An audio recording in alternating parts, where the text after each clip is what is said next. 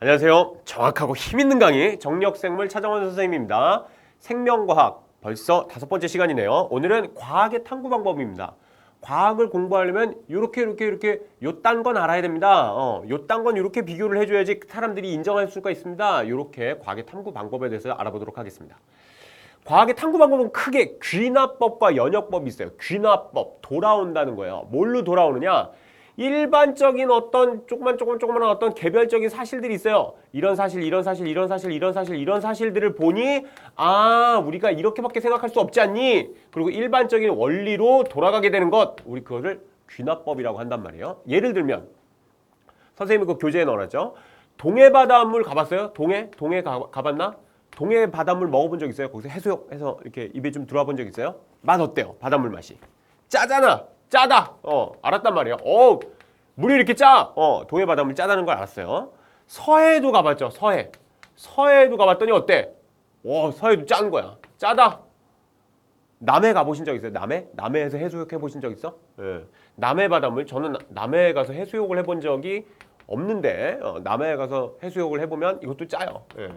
짜대요. 이렇게 개별적인 사실들을 보고 일반적인 원리를 이끌어내는 거죠. 바닷물은 어떻다? 바닷물은 짜구나. 이렇게 결론을 내면 이게 귀납법입니다. 예를 들면 어제 해는 어디서 떴어요? 어제 해는 동쪽에서 떴어요. 그제는 동쪽에서, 일주일 전에 동쪽에서, 1년 전에 동쪽에서, 10년 전에 동쪽에서, 30년 전에 엄마한테 물어봐. 동쪽에서 떴다고 그럴 거야. 100년 전에 이거 동쪽에서 떴다는 기록이 있어요.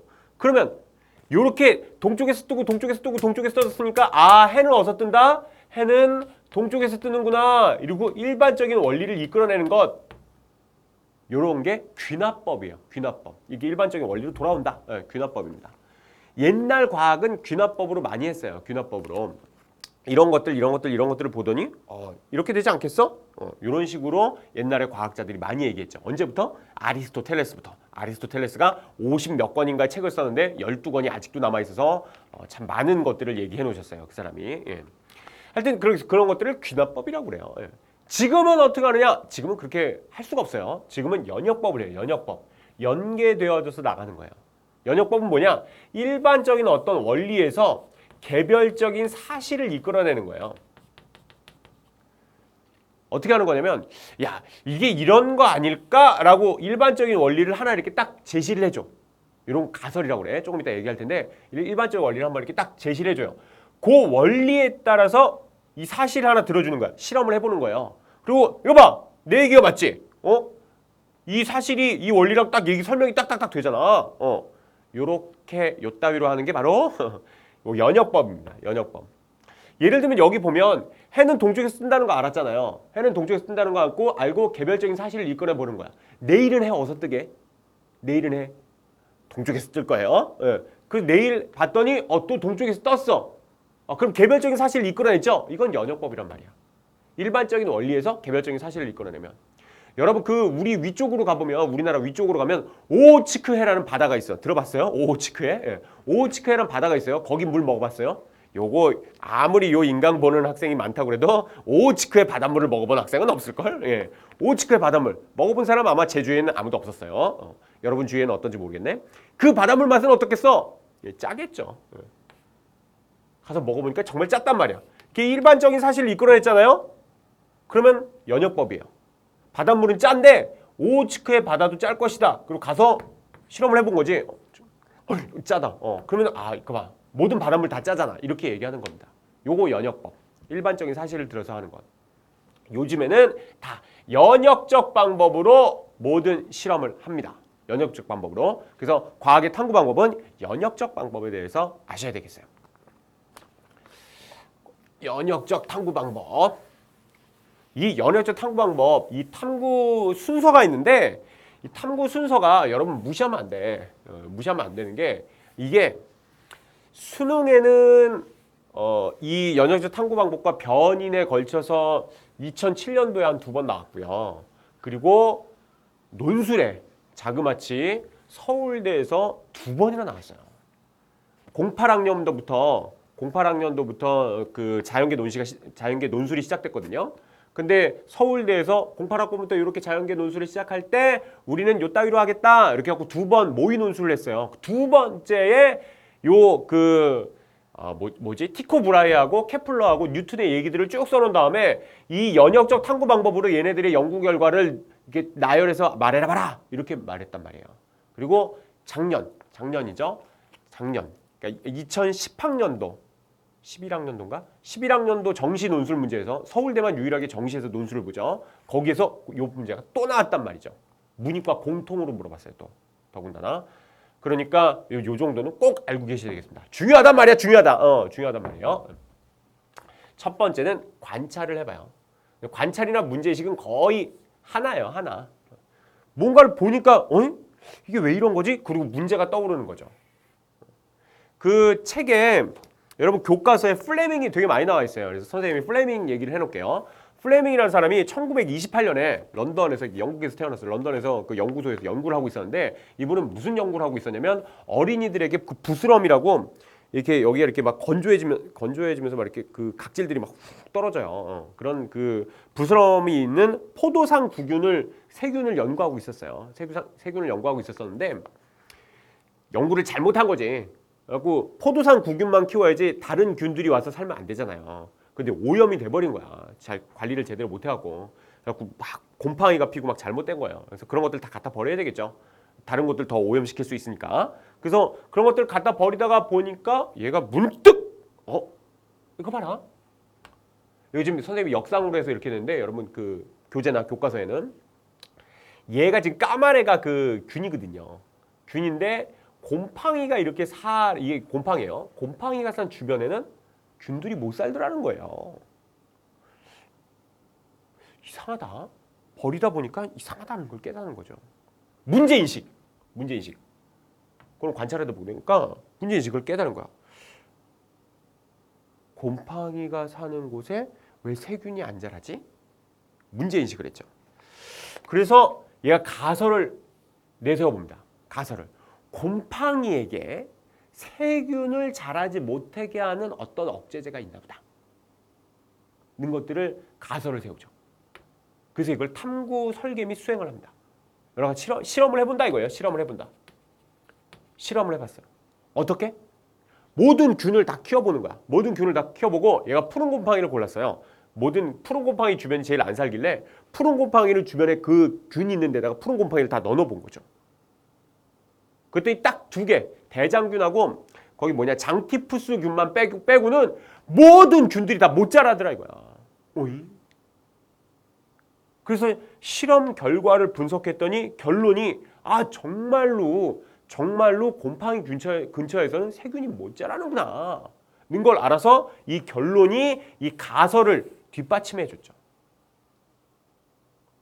그래서 그래서 그 사람이 그 푸른 곰팡이 학명이 뭐냐면 페니실리움 노타툼이 있고 또 다른 게 하나가 있는데 이 사람이 처음 썼던 거는 페니실리움 노타툼이에요. 그래서 그 푸른 곰팡이 학명에서 페니실리움을 따서 그 푸른 곰팡이에서 세균을 못 살게 하는 그 물질을 페니실린이다 이렇게 명명을 한 거죠. 이름 붙인 거예요. 그렇게 해서 알게 됐죠. 그래서 다른 세균에서도 여러 개 다 많이 해봐서 일반화를 시켜봤어요. 선생님이 살짝 한번 훑었는데 이런 식으로 하는 게 연역적 탐구 방법입니다. 아까 선생님이 얘기했지. 일반적인 원리에서 개별적인 사실을 이끌어내면 그게 연역법이다 이렇게 얘기했죠. 일반적인 원리가 바로 얘가 가설을 얘기한 거예요.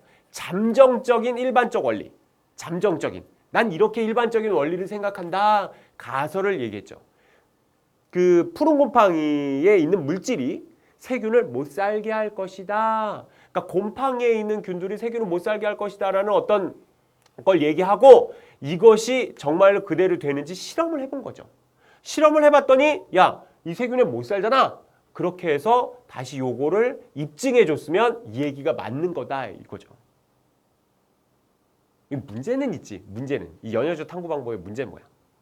만약에 이 원리로 얘기가 안 되는 게 있으면 어떻게 해?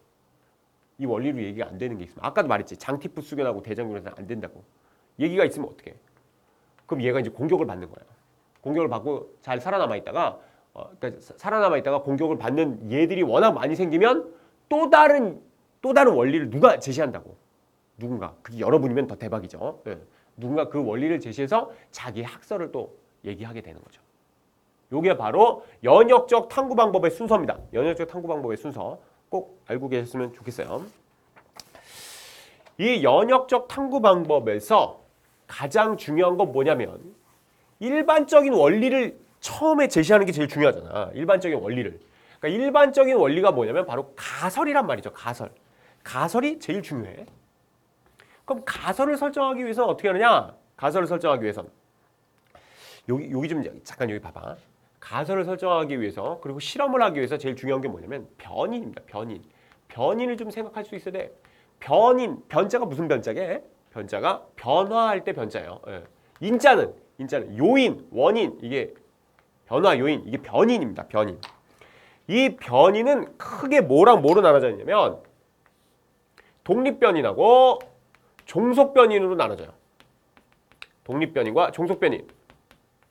이 두 개의 말은 서로 완전히 반대되는 말이거든요. 그러니까 하나만 알면 나머지 하나는 반대네 이렇게 알면 된단 말이야.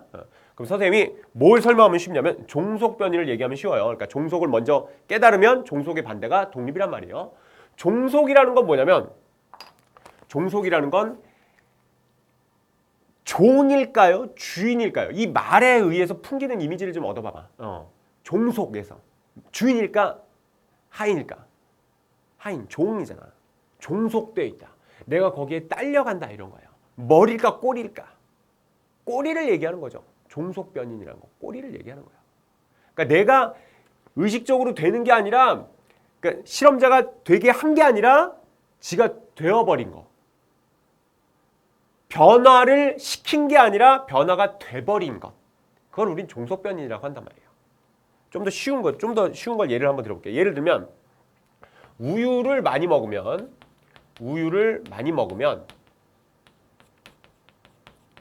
설사를 할 것이다. 예. 이게 가설이야. 내가 지금 가설을 세웠어. 우유 먹으면 자꾸 설사하는데 우유 먹어서 그런 것 같아. 우유를 먹으면 설사를 할 것이다. 이렇게 했단 말이야. 그래서 애들을 두 부분으로 나눴단 말이에요. 애들을 두 부분으로 나눠서 이쪽 애들은 뭐만 계속 우유만 준 거야. 한 5리터를 하루 종일 5리터를 우유만 준 거야. 우유에 밥 말아 먹어. 막 이렇게. 그리고 이쪽 애들은 물만 준 거예요. 물만. 물에 밥 말아 먹어. 물에 밥 말아 먹어. 이렇게 했고. 그리고 우유 주고 물 주고 이렇게 했단 말이에요. 그랬더니 얘네들이 그거에 따라서 설사를 하냐 안 하냐잖아요. 내가 해준 건 우유야 설사야. 나는 설사를 넣어주지 않았단 말이야. 예, 난 내가 준 건 뭐야? 내가 준 건 우유잖아요. 그거에 따라서 뭐가 변할 거야? 설사가 변할 거죠. 예, 변화가 되는 것. 그게 뭐라고? 종속변인이라고. 그러니까 여기서는 설사가 종속변인이에요. 감 좀 잡나?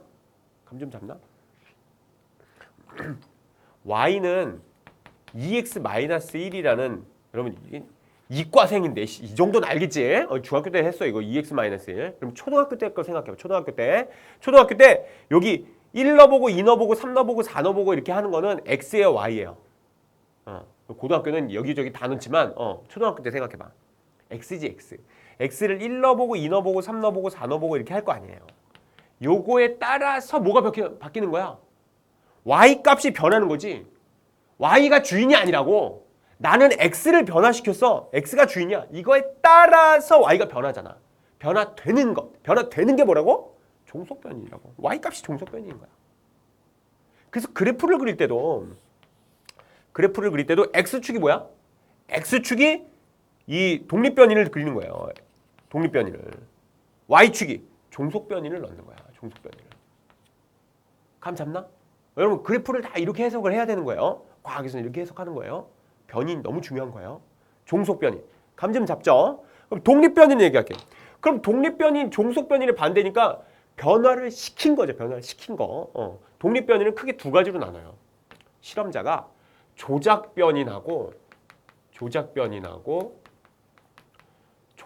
통제변인이라는 걸로 나눠. 실험자가 이 실험을 하기 위해서 변화 요인을 조작해 놓은 것 또는 이렇게 뭘 움직여 놓은 걸 얘기하는 거예요. 그 중에서 조작변인이란 말은 뭐냐면 말 그대로 조작했다 이거야. 변화 요인을 조작했다. 선생님이 아까 우유를 많이 먹으면 설사할 것이다 해서 이쪽 애들은 뭐만 줬대? 이쪽 애들은 우유만 줬잖아. 이쪽 애들은 물만 줬잖아. 예. 선생님이 뭘 조작한 거예요? 우유랑 물을 조작한 거죠? 조작 변인이 뭐야? 조작 변인이 우유란 말이야. 괜찮죠? y는 2x-1 봐봐. 선생님이 1 넣어보고 2 넣어보고 3 넣어보고 내가 조작하는 건 뭐야? 내가 조작하는 건 x잖아. x가 조작 변인이라고. 아, 선생님 그러면 독립변이라고 조작 변인이 뭐가 틀려요? 그 말이 그 말이네. 그 말이에요. 그 말이야. 그래서 독립변이라고 조작 변이는 거의 같은 말로 쓰여요. 감 잡은 거야 제대로. 독립변이라고 조작 변이는. 그러니까 이 실험에서 독립 변이는 뭐냐? 우유. 조작 변이는 뭐야? 우유. 이렇게 얘기하면 돼요. 똑같은 말로 거의 쓰여. 그럼 통제 변인이라는 건 뭐냐? 통제 변인이라는 건 예를 들면 이쪽에 우유를 먹는 애들은 다 여자애들이야. 물 먹는 애들은 다 남자애들이고. 이렇게 실험하면 되겠나? 다 똑같아야지. 나이나 그러니까 연령대나 또는 그 성별이나 이런 것들은 이쪽이 다 똑같아야 될 거 아니야. 다 똑같은 상태에서 뭐만 달라야 돼? 우유냐 물이냐 요거만 달라야 되잖아요. 그러니까 조작 변인을 제외한 나머지는 다 변하지 않도록 변화를 통제해야 된다고. 변인 통제를 통제 변인 또는 변인 통제라고 얘기하는 거예요. 그러니까 통제, 컨트롤해놨다 이거지. 움직이지 마. 딴 거만 움직이게 할 거야. 넌 움직이지 마. 이게 통제 변인입니다. 예를 들면 y는 2x-1 봐봐.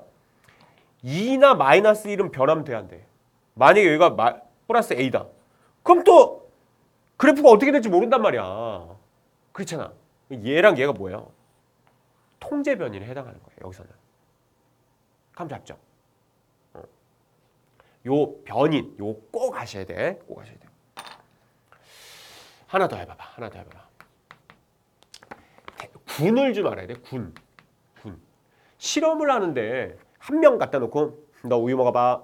한 명 갖다 놓고 넌 물 먹어봐. 이렇게 해놓고선 설사했지? 내 말이 맞잖아. 이렇게 하면 사람들이 믿을까? 그 논문 아무도 안 믿는다고요. 예. 어떻게 해야 돼? 최소한 10명, 50명은 놓고 실험을 해야 될 거 아니에요. 그룹이 생겨요. 그룹. 그 그룹을 한문으로 군이다 이렇게 얘기한단 말이야. 물이 군자를 써서 군이다. 군은 크게 두 가지가 있어요. 실험군하고 대조군이 있어요. 여기서 어려운 말은 대조군이에요. 대조군. 대조군이라는 말이 무슨 말이냐면 이런 거지. 내가 실험할 때 우유를 많이 먹으면 설사를 할 것이다 할 때 우유만 주면 돼. 우유 주고 설사했네? 내 말 맞잖아. 이렇게 하면 돼, 안 돼? 안 된다고. 우유를 안 먹은 애가 있어야 돼. 똑같은 실험 라인에 우유를 먹은 애하고 우유를 안 먹은 애가 똑같이 있어야 된다고요. 만약에 선생님이 항암제를 만들었어. 암에 탁월한 효과가 있는 항암제를 만들었어요. 그래서 이쪽 세균의 이쪽 암세포에다가 내가 만든 약을 딱 넣어봤어. 내가 만든데 딱 넣어봤더니 암세포가 뚝뚝뚝뚝뚝 죽어가는 거야. 내가 논문을 만들었지. 그래서 교수님 논문 허락해 주십시오. 딱 그러니 교수님한테 욕 죽어라 먹을 거야. 왜? 라인이 두 개가 있어야 돼. 여기 암세포에 내 약을 친 라인과 그래서 암세포가 줄어가는 것과 그리고 이쪽에 암세포가 그냥 그대로 그 같은 시기에 계속 어떻게 더 번창해 가는지가 같이 있어야 된다고요. 이해되나? 대조군이 뭐게? 대조군이 조작 변인이 빠져 있는 게 대조군이에요. 감 잡죠? 아까 우유를 먹은 애들이 대조군이게 우유를 안 먹은 애들이 대조군이게 조작 변인이 빠져 있는 거. 우유를 안 먹은 애들이 대조군입니다. 내가 아까 암세포에 항암제를 넣었다고 그랬잖아. 그럼 항암제를 받은 암세포가 대조군이게요? 안 받은 애가 대조군이게요? 안 받은 애가 대조군입니다. 조작 변인이 빠져 있는 거. 여기서 이 실험의 조작 변인은 항암제를 넣었다 안 넣었다잖아요. 항암제잖아. 그럼 항암제를 가지고 얘기하는 것은 그게 조작 변이니까 조작 변이 빠져 있는 게 바로 대조군입니다. 여러분 대조군이 반드시 실험 라인에 있어야 되는 거예요. 대조군이 없는 논문은 받아들여지지 않습니다. 그러니까 사람들이 엄청나게 고민 많이 해서 만드는 거예요. 이렇게 요걸 꼭 알아야 돼. 왜 선생님 가설이 중요하다고 그러고 변인하고 군 뭐 이런 얘기들을 했습니까? 아하, 가설이 말이지. 가설이 잠깐 일로 와봐요. 가설이 뭐냐면 가설은 조작 변인 더하기 종속 변인으로 돼 있어요. 예. 조작 변인 더하기 종속 변인으로 돼 있단 말이에요. 예를 들면요. 우유를 많이 먹으면 설사를 할 것이다. 그랬잖아. 우유가 뭐냐고. 우유가 조작 변이에요. 설사가 종속 변인이었잖아. 우유를 많이 먹으면 설사를 할 것이다. 페니실린으로 돌아가 보자고요. 페니실린으로. 페니실린 뭐라 그랬어? 그 플레밍이 뭐라 그랬죠? 그 푸른 곰팡이가 있는 곳에는 균이 살지 못할 것이다. 균이 사냐 안 사냐가 종속 변인이란 말이죠. 균을 죽여보고 균을 살려본 게 아니야. 플레밍은 푸른 곰팡이만 넣어놨을 뿐이죠. 근데 균이 사냐 안 사냐를 본 거잖아. 그럼 변화가 되는 건 균인 거죠. 균이 사냐 죽냐. 그럼 균이 종속 변인이고 푸른 곰팡이를 넣냐 안 넣냐. 그게 조작 변인입니다. 그럼 플레밍도 실험을 두 가지를 했었어야겠지. 이쪽에 만약에 포도상 구균이 있고 이쪽에도 포도상 구균이 있고 이쪽에는 푸른 곰팡이가 있는데 포도상 구균. 그리고 여기는 포도상 구균만 살고 있는데 이렇게 해서 비교를 했겠죠. 대조군이 어느 거야? 대조군이 푸른 곰팡이가 없는 거. 감 잡았죠? 이렇게 해서 실험을 해야 됩니다. 이렇게 실험을 해갖고 나온 게 그 결론이 가설하고 맞았다. 가설하고 맞았다 그러면 이거 봐. 내가 말한 일반적인 원리가 맞지? 이렇게 얘기해서 일반적인 원리가 살아남아 있을 수 있는 겁니다. 그러면 일반적인 원리 중에서 하나만 딱 들어놓고 이 얘기가 맞잖아. 이렇게 하면 돼, 안 돼? 안 되잖아요. 그러면 이 얘기가 맞을 수 있으니까 일반화. 다른 사람들이 여러 가지 다른 곳에도 또 그걸 적용을 시켜보는 거예요. 적용을 시켜봤더니 야 이거 진짜 이 얘기가 맞는데? 그럼 이게 학설로 더 맞으면 법칙으로 남아있는 겁니다. 그게 바로 과학의 탐구 방법이죠. 괜찮죠? 그 일반 생물학 책에 되게 어려운 얘기가 있는데 그게 요번 그 책의 교과서가 바뀌면서도 몇몇 교과서에는 또 요 얘기가 또 나와 있어요. 그래서 요 얘기를 좀 넣어볼게요. 이거 좀 재밌는 얘기인데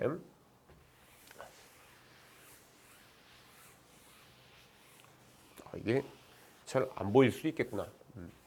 아프리카에 천인조라는 새가 있어. 천인조. 참새처럼 생겼어요. 얘가 참새처럼 생겼어. 몸이 요만해. 근데 놀라운 게 수컷이래. 수컷이 몸이 요만한데 얘가 교배할 때쯤이 되면 꼬리 깃털이 이만해져. 뭐야 얘는? 이러면 또 날아다니거나 아니면은 그 포식자들한테 잡아먹기도 쉽잖아요. 근데 꼬리를 이렇게 긴 걸 갖고 있는 거예요. 왜 그럴까? 그럼 문제인식을 했죠. 문제인식을 했단 말이야. 그 문제인식을 해갖고 거기 보시면 진화생물학자인 앤더슨이 이 실험을 해봤죠. 그래서 가설을 설정한 거야. 앤더슨은 뭐라고 생각했냐면 이 수컷의 꼬리 길이가 암컷이 꼬리 길이를 보고 어이 멋진데 이뻐 이렇게 생각했단 말이에요. 예. 그래서 암컷이 선택할 것이다. 선택하는데 중요할 것이다. 이런 거예요. 암컷이 이뻐 이렇게 보는데 되게 중요할 거다 이거예요. 수컷 꼬리 길이가. 그래서 얘가 실험을 어떻게 봤냐면 첫 번째 집단 A는 그냥 보통 있는 애야. 보통 있는 애. 거기 보시면 32마리를 갖고 있다고 그러죠? 36마리. 36마리를 4집단으로 나눴으니까 48에 36. 8마리씩 해봤네요. 그래서 여기 보통이 여기 이렇게 새가 이렇게 있는데 천인조가 있는데 꼬리 길이가 이렇게 돼 있는 거죠. 보통이야. 보통 있는 애. 그리고 집단 B는 어떻게 했냐면 집단 B는 꼬리를 잘라버렸어. 아우 잔인하다. 꼬리를 띡뚝 잘라버렸죠. 잘라버려서 이 자른 꼬리를 그냥 버린 게 아니라 어디다 썼냐면 이 보통 있는 애들한테다가 원래 꼬리 길이가 요만하잖아요. 여기다 아까 여기서 잘라버린 꼬리를 여기다 붙인 거야. 접착제로. 뭐 3M 뭐 이런 거 썼나? 뭐 돼지표 50 뭐 이런 거 썼는지 모르겠지만 하여튼 접착제로 이렇게 붙였어요. 왕 길어졌지. 몸은 요만한데 꼬리가 이만해. 지가 공작인 줄 알죠 지금 얘가. 이렇게. 그리고 또 다른 집단 D에는 어떻게 했냐면 꼬리를 자른 다음에 참 앤더슨 못된 사람이죠. 꼬리를 자른 다음에 다시 접착제로 붙였어. 꼬리가 붙어있긴 붙어있는데 살아있는 꼬리는 아닌 거지. 그러니까 이렇게 실험을 해봤어요. 이렇게 실험을 해서 암컷한테 어떻게 선택을 당하나 봤단 말이야. 그랬더니 누가 제일 선택 많이 당했어? 보니까 꼬리 왕기내. 왕기내가 거의 그냥 보통보다 더블. 그러니까 천인조의 암컷은 뭐라고 생각하는 거야? 수컷의 꼬리가 길면 이뻐 이렇게 생각한다는 거죠. 예, 참 놀라운 일이에요. 예. 꼬리만 길면 되는 거야. 꼬리가 그래요. 예. 그리고 집단 B는 꼬리가 짧으니까 거의 선택을 안 받는 거죠. 선택을 못 받는 거야. 에이, 꼬리도 짧고 뭐 이거 무시해 버리는 거지. 그리고 여기 보통 길이는 이렇게 된대. 잘랐다가 다시 붙였던 애도 보통이랑 비슷하죠. 그러니까 얘는 암컷은 꼬리 길이가 수컷의 꼬리 길이가 정말 네 건이 아니냐가 아니라 보기에 길면 혹한단 말이죠. 이렇게 생각해야 되고 결론이 도달하게 된 거죠. 그래서 앤더슨은 자 봐라 새들에게 수컷의 꼬리 길이가 얼마나 중요한지 이렇게 얘기를 한 거예요. 그럼 일반화가 필요하겠지. 다른 새들도 그럴까? 그리고 아프리카에 사는 천인조가 있는데 다른 곳에 사는 천인조도 있잖아. 다른 곳에 사는 천인조도 그럴까? 이건 다른 뭐 실험자들이나 아니면 앤더슨이 그 다음에 계속 일반화를 시켜서 또 다른 실험을 해봐야 되겠죠. 그래서 여러 가지 실험을 해봤을 때 그 가설이 계속 살아남아 있다면 학설이 되는 거지. 앤더슨의 학설이 되는 거야. 앤더슨의 수컷의 꼬리 길이 이뻐 학설이 되는 거죠. 예. 이런 게 연역적 탐구 방법이었습니다. 이런 것들이 과학의 탐구 방법이에요. 이런 아셨다면 우리 개념 보강 단답형 확인학습 문제 개보단을 한번 먹어봅시다. 개보단을 먹어봐요. 첫 번째 개별적 사실에서 여러 가지 개별적 사실에서 일반적인 원리를 이끌어내는 과학적 탐구 방법을 뭐라고 그런다고? 돌아간다. 귀납법이라고 한다고요. 귀납적 방법, 귀납적 탐구 방법, 귀납법. 일반적인 원리에서 개별적인 사실을 이끌어내는 과학적인 탐구 방법을 뭐라고 그런다고요? 연역법, 연역적 탐구 방법이라고 그런다고. 연역적 탐구 방법의 순서는 뭐 관찰, 문제 인식, 그 다음에 뭐를 세워야 된다고? 이게 제일 중요하다고. 가설. 가설이 잠정적인 결론, 잠정적인 일반적 원리란 말이야. 가설 세우는 게 제일 중요한 거예요.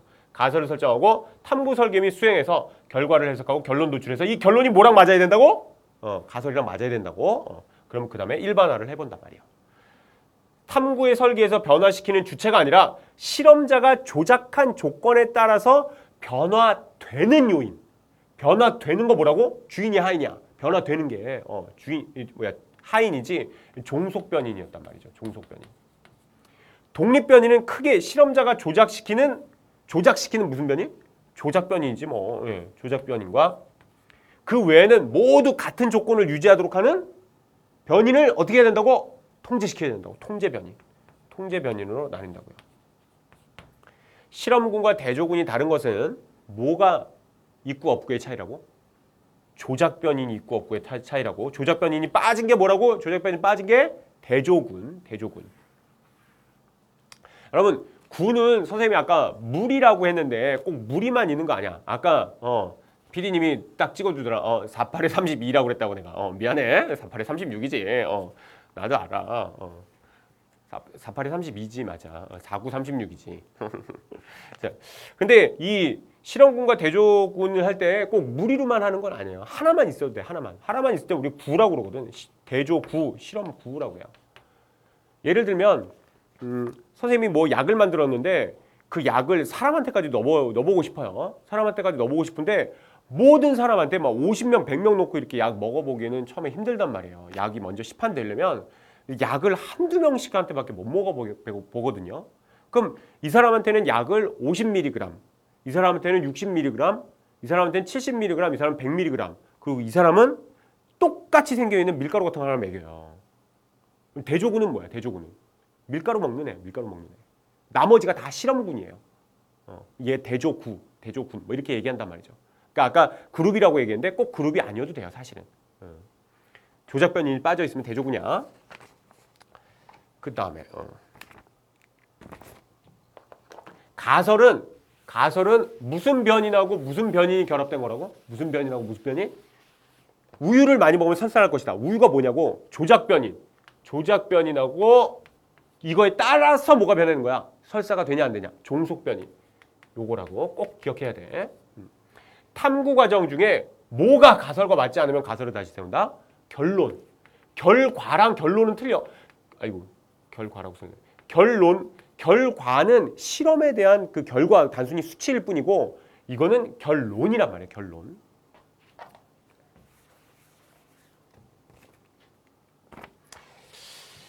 이게 선생님이 하나 얘기를 더 하려고 그러는데 내신 문제에는 교과서에 요번에 바뀐 교과서에는 요 예가 없는데 여러분 학교에서 선생님은 안 바뀌었단 말이죠. 선생님은 안 바뀌었으니까 선생님은 7차 교육과정이나 6차 교육과정에 있던 얘기들을 그대로 쓸 수가 있단 말이에요. 정말 유명한 얘기가 바로 이 네덜란드 군의관 에이크만에 대한 얘기예요. 그래서 에이크만에 대한 얘기 한번 해드릴게. 요거.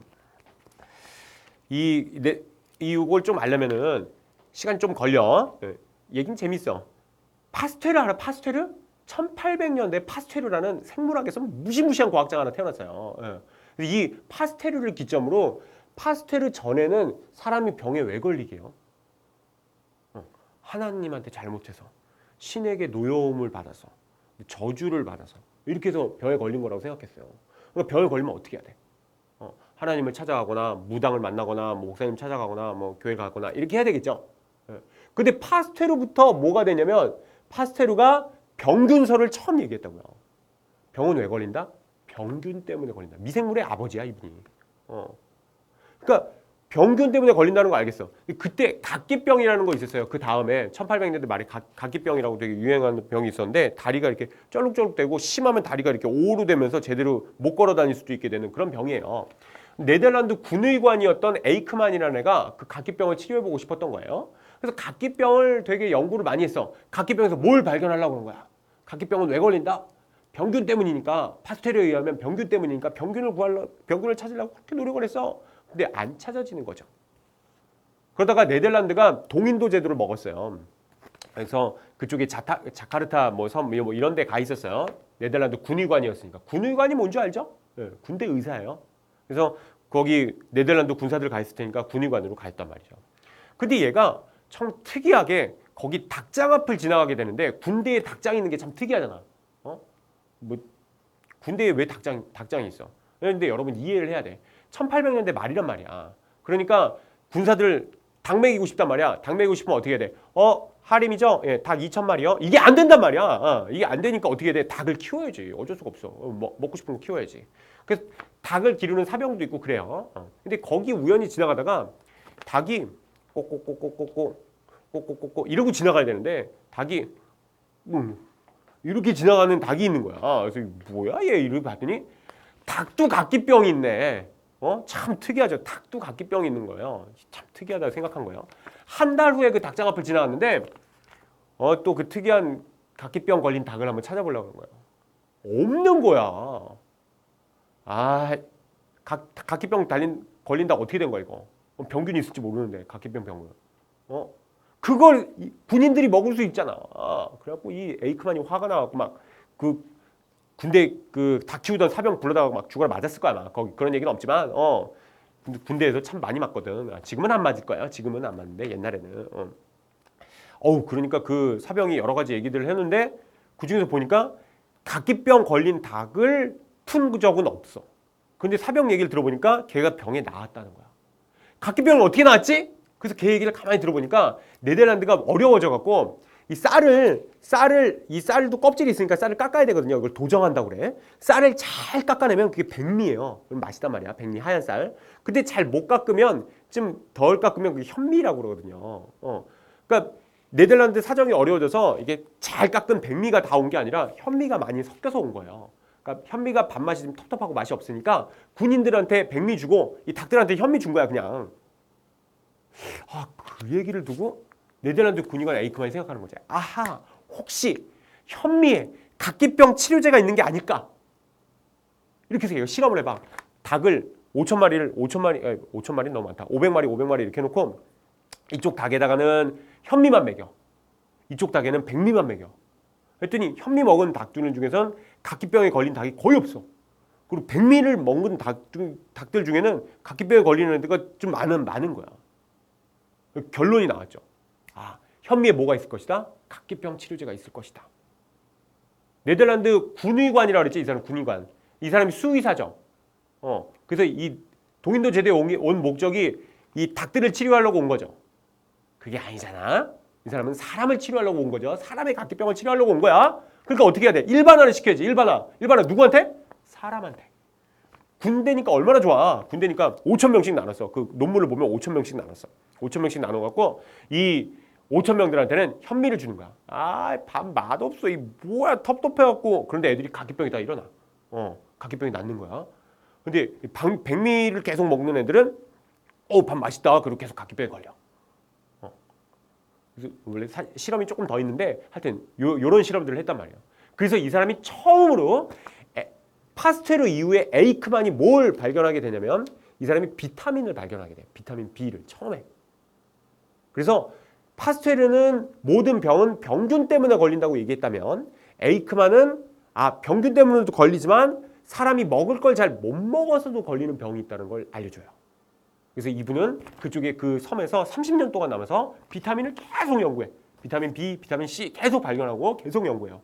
비타민의 아버지가 돼요. 그래서 1930 몇 년인가 이분이 노벨 생리의학상을 받으시죠. 비타민 때문에. 굉장하신 분이죠. 그 실험 얘기가 사실 6차 교육과정, 7차 교육과정에 이미 계속 있었어. 모든 교과서에. 그러니까 요 얘기가 내신에 나올 수가 있거든요. 꼭 알고 있어야 돼요. 에이크만의 가설은 현미에는 각기병 치료제가 있을 것이다 라는 거다. 그렇죠. 내가 선생님이 말했잖아. 띵동 맞는 말. 현미는 조작변이다. 그렇지. 원래 백미만 먹던 애들이 현미를 주고 안 주고 했잖아. 현미가 조작변이다. 맞고요. 가집단이 실험군이다. 가집단이 뭐냐면 가집단엔 백미를 줬다. 백미 먹은 애들은 뭐야? 실험군이 아니라 대조군이지. 띡 틀렸어. 일반화를 위해 군인을 대상으로 현미와 백미를 주는 실험을 해야 된다. 일반화로. 닭에다가 해서 알았으니까 이제 군인들한테도 해봐야지. 띵동 맞는 말. 이렇게 해서 선생님하고 내신 대비를 하나씩 잘해봤습니다. 다음 시간에 또 만나요.